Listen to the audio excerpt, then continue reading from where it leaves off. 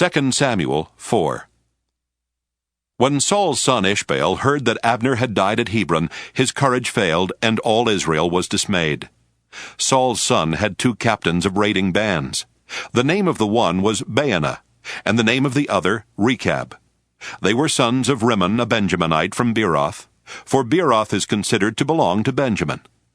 Now the people of Beeroth had fled to Gittaim, and are there as resident aliens to this day.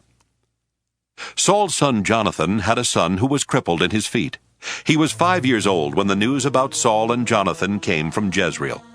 His nurse picked him up and fled, and in her haste to flee, it happened that he fell and became lame.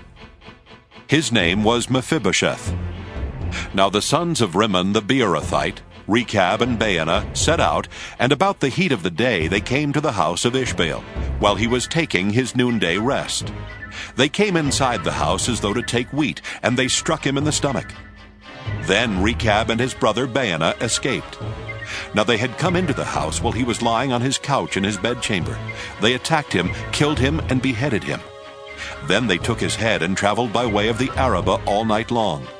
They brought the head of Ishbaal to David at Hebron, and said to the king, "Here is the head of Ishbaal, son of Saul, your enemy, who sought your life. The Lord has avenged my lord the king this day on Saul and on his offspring." David answered Rechab and his brother Baanah, the sons of Rimmon the Beerothite, "As the Lord lives, who has redeemed my life out of every adversity, when the one who told me, 'See, Saul is dead,' thought he was bringing good news, I seized him and killed him at Ziklag. This was the reward I gave him for his news. How much more, then, when wicked men have killed a righteous man on his bed in his own house? And now shall I not require his blood at your hand, and destroy you from the earth?" So David commanded the young men, and they killed them. They cut off their hands and feet, and hung their bodies beside the pool at Hebron. But the head of Ishbaal they took and buried in the tomb of Abner at Hebron.